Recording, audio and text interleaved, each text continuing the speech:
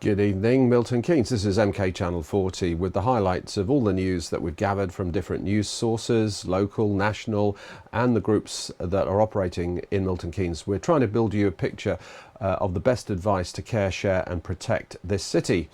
So we start off just going through the news that we've gathered through the Facebook groups, and the most important one for me is Councillor Sam Crooks, the Mayor of Milton Keynes.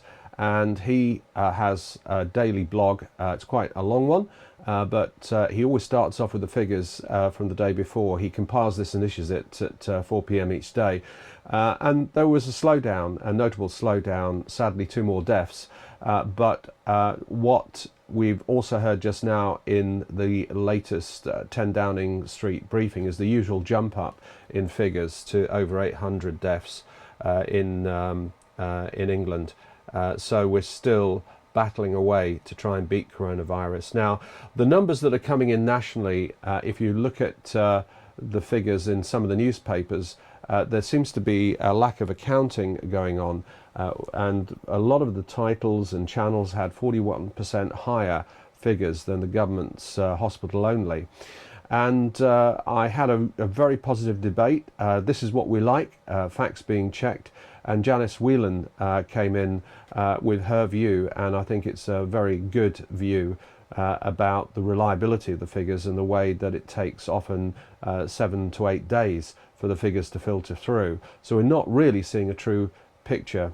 So take a look at that to try to understand that sometimes the headlines that you see on the national news are not the reality. Leslie Simmons has also put in a beautiful piece from a Milton Keynes artist who's done a fantastic sketch of Captain Tom, our favourite fundraising hero, and I think this guy is going to go down as one of the abiding memories of the positive side of the coronavirus pandemic. So then also on the caring side, Leslie's given us a little bit of news about a virtual relay where runners raised a brilliant $13,500 for Willan Hospice, our own hospice in Milton Keynes, needing that money desperately to help them defend themselves from the pandemic. So well done for showing us that, Leslie. Also, it was posted in the Mayor's blog, but there's been a lot of news out about the business support for small and medium-sized businesses. Now there's a lot going on, including a 1.25 billion fund for businesses that can bring innovation, and I think Milton Keynes will have a lot to offer in that department. We also have promised to try to do regular live streams, and I'm pleased to say that we had a great live stream from Living It Up. This is an organisation that was set up as a CIC, it's a community foundation, and they're looking after people with autism and learning difficulties and helping them go social. So we did a really great interview. Sadly, we learned that one of their one of their members organising the services died of COVID, so our condolences to the people there. And there you can see Fizz Heseltine, who's one of the co-founders, who'll talk you through what they're doing, their challenges, and how you can help. Also on the charity front, we had news that McIntyre's have for the last 2 weeks been doing a virtual business network, and they've been raising money for both themselves and the bus shelter MK. It runs every Tuesday, 9:30 to 10:15, costs £3 per time, with all those proceeds shared between those 2 notable charities. And also Public Health England and the ONS still not putting good figures out. The key failure is not including the 1,000 deaths that occurred in care homes.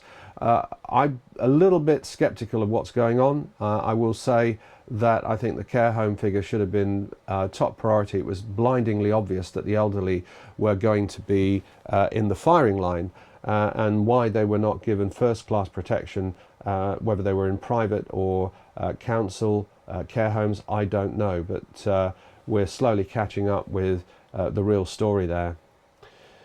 And on a more positive note, one of our own care homes had a beautiful story about how the workers actually helped a grandmother celebrate her 77th birthday. Take a look at that video. It's being posted on the Milton Keynes Citizen, and it's a real tearjerker. And looking at that 1.25 billion package for firms driving innovation, that's the actual link, which is on our mkchannel40.com. And talking about MK Channel 40, we ran into the buffers.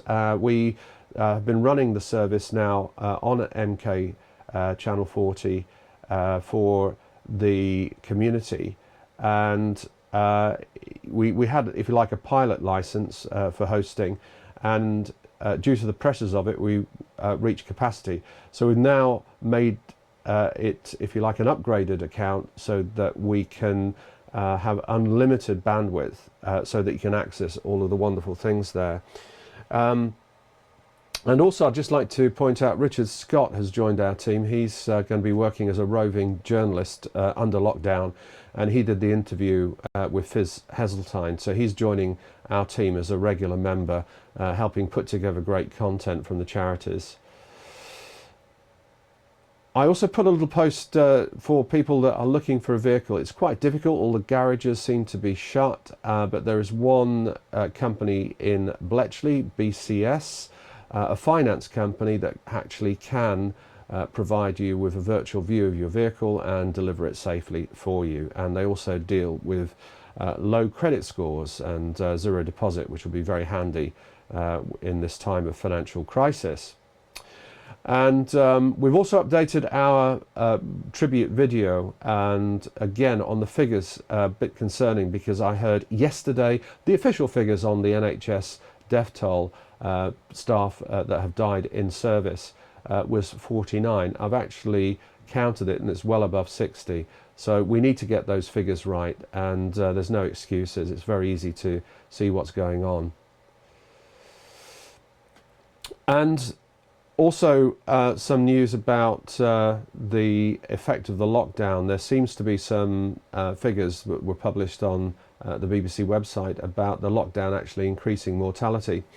Now, I'm going to get on to my hobby horse because there's been a lot of fear about going into hospitals. I've got a very close family to us where the husband is absolutely vehement. He doesn't want to be sent to the hospital. He's been sent there once, and they actually, I think, saved his life. And we've also had a lot of scare stories going out as well, and a lot of fear about taking children into a hospital in case they might contract coronavirus. Now, I do know that the hospitals have really worked very hard to petition and to make it safe. And, you know, if people have ailments, they can still get access to GP services, 111, they can still get treatment. So there's a lot of people out there that need urgent medical attention and are not taking full advantage of that. So please try and encourage them to make best use. Just going back into our news for the day. And this is very important. I picked this up on one of the other groups, Rachel Gaines, who's a member of our group, and I've posted it on. It's from the Parks Trust, but we do have areas in Milton Keynes like Woofton Park where there are animals grazing, and it is of course the lambing season. So dog walkers, please take note and be careful out there and protect the animals in our community. We also put a little bit of advice and guidance for our Muslim community, which has come from the Muslim Council of Great Britain, and essentially great advice for observing Ramadan and all the social activities that might be part of that. So I hope that helps our much valued Muslim community. And of course, you've probably seen me typing out posts after midnight. We all need to get our Zeds. So there's a very good article on 5 tips to help you sleep better. Now, like any person, I have depression, I have anxiety, and sometimes I find it very, very difficult. I have mastered a few tricks, and I put onto our MK Channel 40 website a lot of links to help you with mental coping skills. But sleep is something that not all people can access. You might be a young mother, you might be a key worker that's doing shifts, but for those of us that can get 8 hours sleep, it has a hugely beneficial effect, both psychologically and also to beef up your immune system. The other thing about it is that it's got to be good quality sleep. Don't try and drink or drugs to knock yourself out, because that ruins a lot of the benefits. But get the recommended amount of sleep for your age. It's typically between 7 and 8 hours. For a man of my advanced years, 8 hours has been prescribed by one of the people that works on my own health fitness. So I hope that you'll follow suit and try and get your Zeds. So what else have we got? Yeah, there's been a lot of tech solutions vaunted, and what's coming out now is it ain't so easy. So you're seeing a lot of cynicism and problems over getting standards, accuracy, and also threat of a potential surveillance society, a tool that could be increased in scope to take away our rights as private citizens. So let me just see what else there is, and it looks like that is the end of the news tonight. Thank you so much for the message of support I received late last night. Made me a little bit teary, but I'm glad that what we're doing here is appreciated. This is a specialist group. I would remind anybody watching for the first time, you can be part of this. You can be on a live feed. You can send us news via Facebook or newsdesk at mkchannel40.com, and you will, if your stories are really powerful, we'll make sure we get those onto the nightly news. And with that, I just hope you get a really nice end to the day, relax, and crack on with the lockdown. So from me at Channel 40, bye for now.